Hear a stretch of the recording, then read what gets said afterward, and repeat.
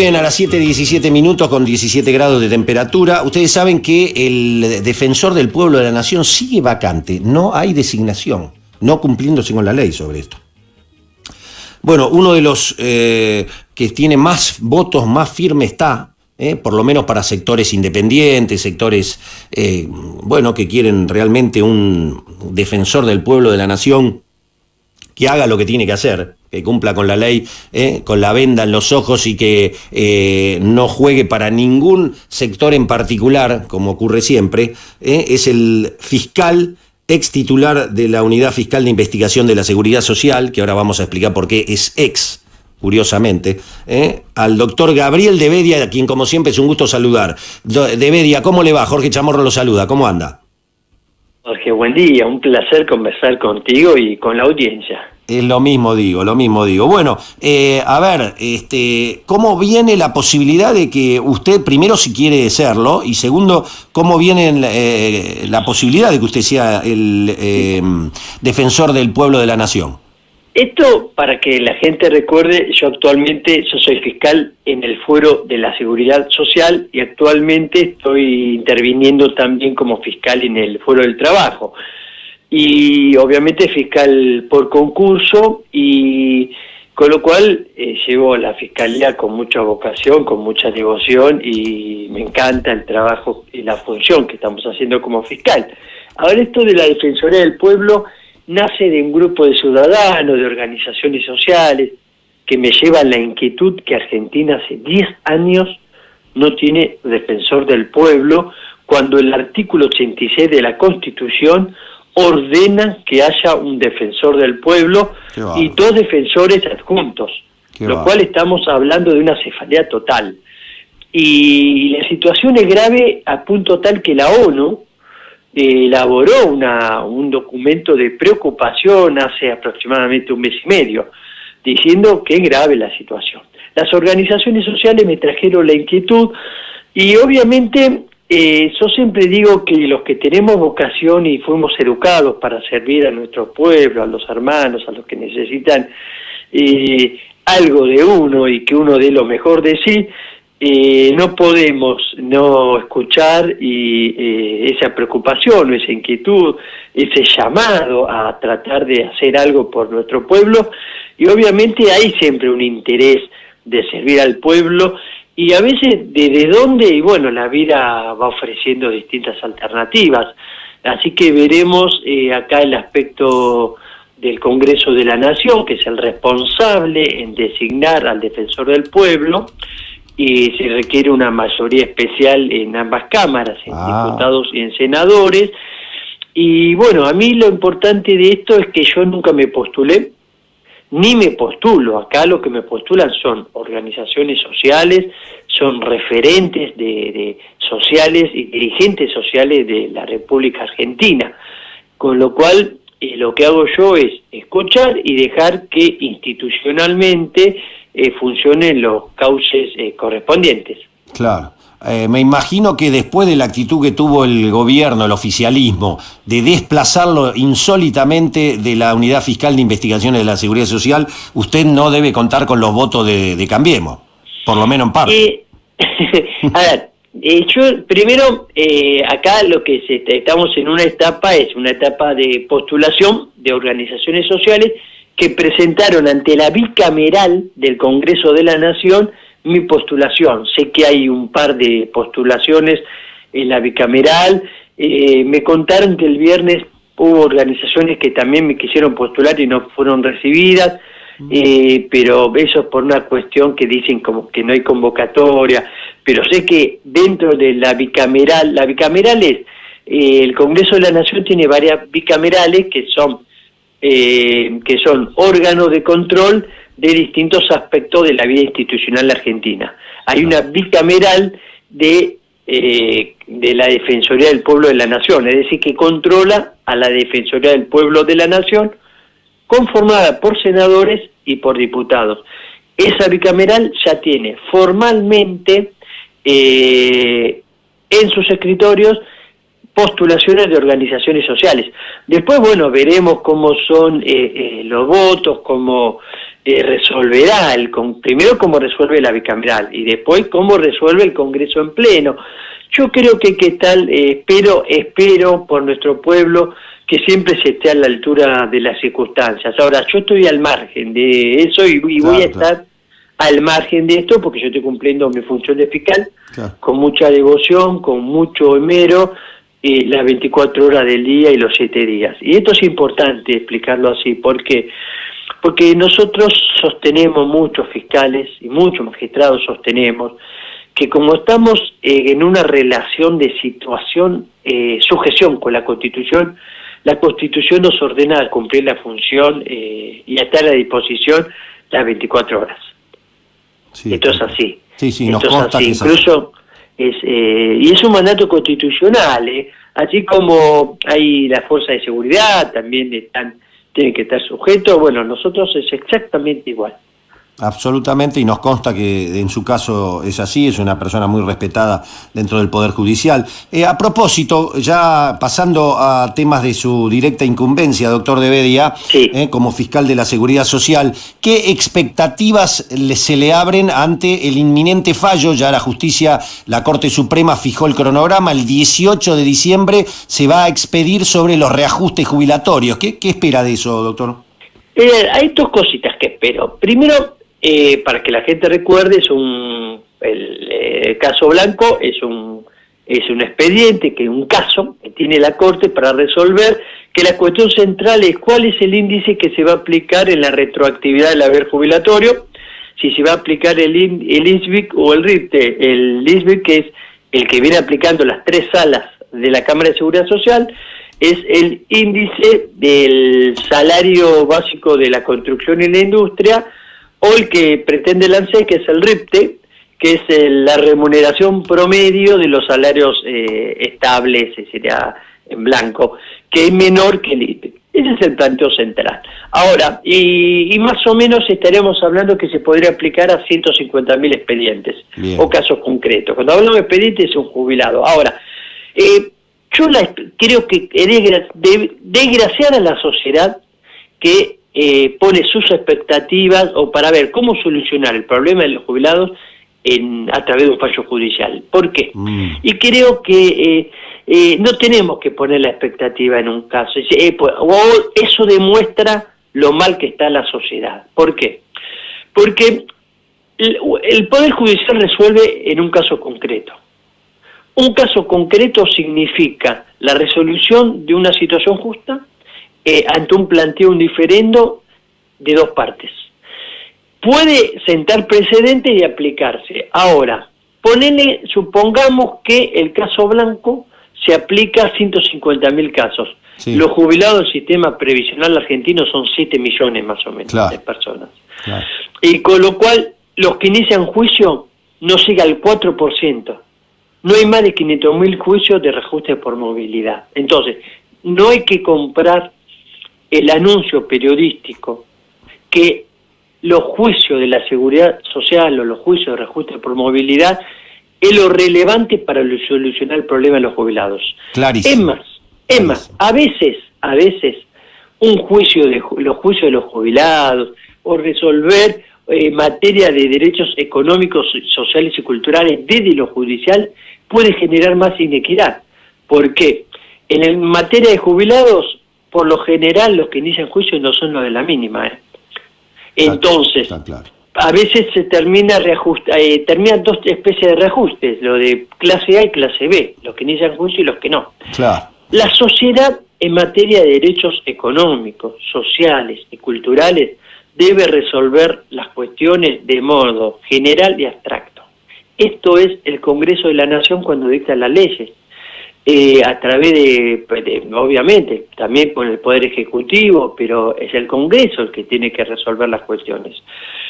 A veces, llevar los diferendos en materias de jubilatoria y derechos sociales en general, llevar sus diferendos a estado de lo magisterial, los juicios, es porque hay algo que no se hizo bien o está marcando una falencia en esta cuestión.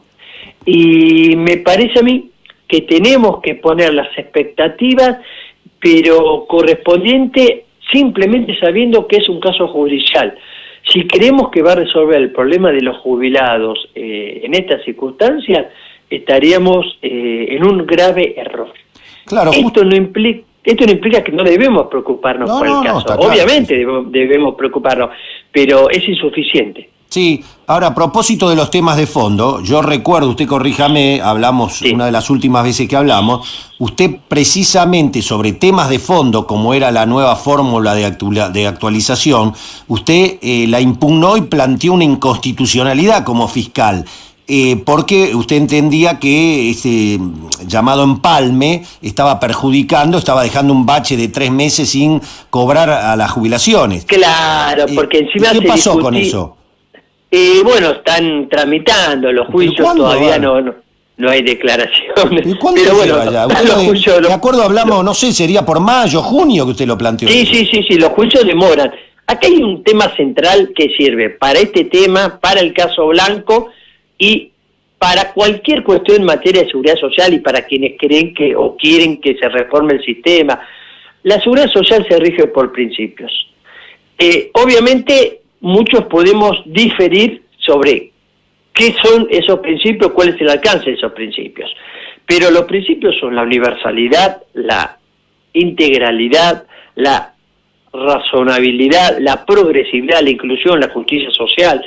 Si cualquier cuestión que deba analizarse en materia de seguridad social debe ser regida por estos principios.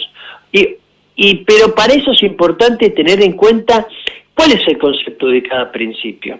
Porque, por ejemplo, la progresividad, los derechos sociales tienen que ser progresivos. Esto no implica, no alcanza con decir, como dice a veces la jurisprudencia, no regresivos. La progresividad es mucho más profunda que la no regresividad. Claro. No regresividad significa que no puede retroceder. Pero en materia de seguridad social no solo no debemos retroceder, sino que debemos avanzar a ensanchar derechos y a reconocer derechos y a no derogar normas que concedan derechos. Y esto es uno de los temas centrales acá que debe plantearse. Pero también el Poder Judicial, cuando resuelve, tiene que tener esta mirada de progresividad. Y tiene que tener una mirada, y le diría a la Corte para el caso Blanco, no hay que olvidarse que el juez en materia de seguridad social y la Corte cuando resuelve cuestiones de seguridad social es un juez de la seguridad social resolviendo esa cuestión, debe tener una mirada tutelar, una mirada de acompañamiento.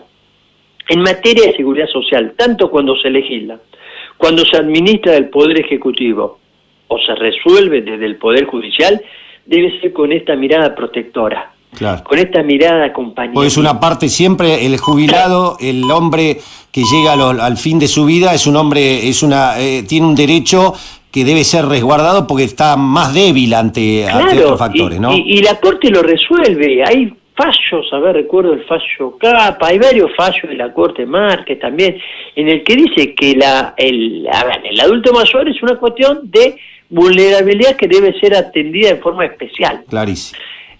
Hay que nivelar asimetrías sociales, esa es una del rol de la seguridad social, nivelar las asimetrías que existen en la sociedad, hay que lograr incorporar a todos aquellos que están postergados a que puedan estar dentro de la relación del circuito de bienes y a que haya realmente una redistribución del ingreso. La seguridad social es la herramienta para redistribuir el ingreso y ahora, no debemos olvidar. Sí. Ahora, doctor, en este marco tan importante que usted está señalando como principio rector, en estos últimos 3 años, ¿para usted se consolidó esa protección o hubo un retroceso en la protección a la seguridad social? Yo te diría esto, como fiscal que soy de la seguridad social y soy fiscal, a mí la Constitución me impide hacer cualquier valoración que suene a política. Claro. ¿Por qué? Porque mis valoraciones deben ser jurídicas. Y creo que la Constitución me lo impide, así que prefiero que cada uno saque su conclusión.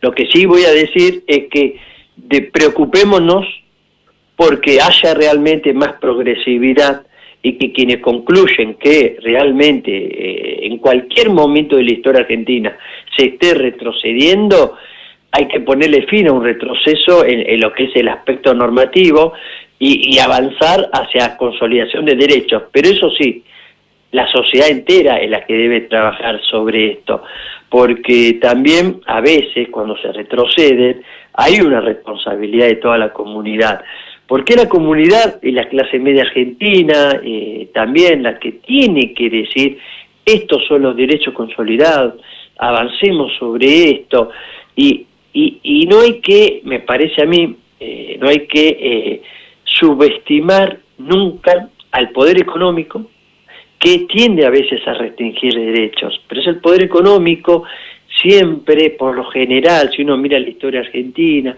a veces no entiende que incluso el consumo es necesario para mover la economía, y bueno, y la seguridad social va de la mano de estos parámetros. A ver si, ya que usted no lo puede decir, lo digo yo. Usted quiere decir, tengan cuidado los sectores que se creen informados, los sectores medios, que aplauden capaz, un ajuste en las jubilaciones porque después en el futuro esto va a ser mejor, o porque viene... Claro, en materia de seguridad social hay que vivir dos dimensiones distintas. Una es el aquí y ahora.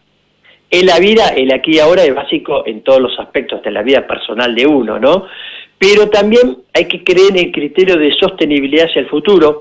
Por ejemplo, toda la pelea nuestra, la lucha en defensa del Fondo de Garantía de Sustentabilidad, digo lucha porque hemos hecho denuncias penales, tienen que ver con todas estas cuestiones de no regresividad de los derechos sociales, porque si yo dilapido el Fondo de Garantía de Sustentabilidad, a la larga lo que estoy haciendo es que haya menos recursos para sostener el sistema en el día de mañana. Claro, ahora entonces, sabemos que está apurado, que ya se tiene que ir a los exámenes, a trabajar, etcétera. Esto se lo pregunto muy concretamente, usted me dio el pie para la pregunta final. Me llama poderosamente la atención que usted, en defensa de los derechos de los jubilados y pensionados, impugnó el manejo que estaba haciendo desde el ANSES con el Fondo de Garantía de Sustentabilidad, lo denunció a Luis Caputo, el que fuera después presidente del Banco Central, lo denunció al titular del ANSES, Basavilbaso, y, casualidad, a los pocos días usted lo sacaron de la Defensoría de la Fiscalía de Investigaciones de la Seguridad Social. No hay que meterse en lo político, pero me parece que alguno se metió con usted, ¿eh? Sí, en realidad yo siempre digo que en la vida todas las cuestiones que suceden o que pasan, que transcurren, son desafíos. Y el tema está cómo uno, ante una situación determinada, se para. Yo creo que nunca debemos renunciar a trabajar por la justicia.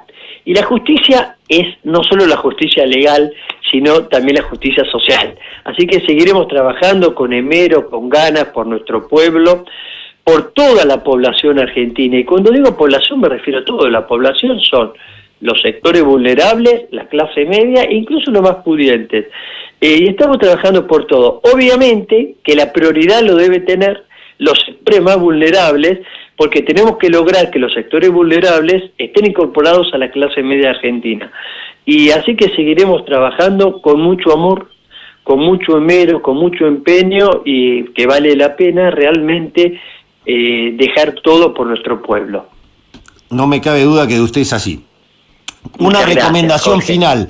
Se acercan las fiestas, muchos llamamos los pan dulce, y yo tengo entendido que usted tiene uno muy bueno para recomendar, ¿puede ser?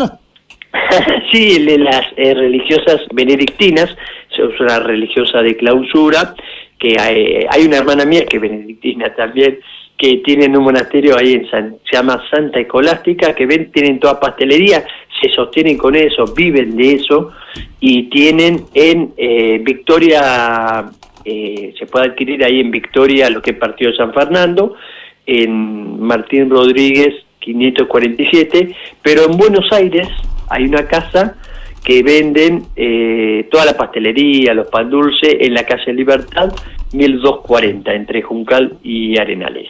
Excelente, excelente. Bueno, doctor De Bedia, le mando un abrazo grande. Muchas gracias, Jorge. Y lo saludo para fin de año, ¿eh?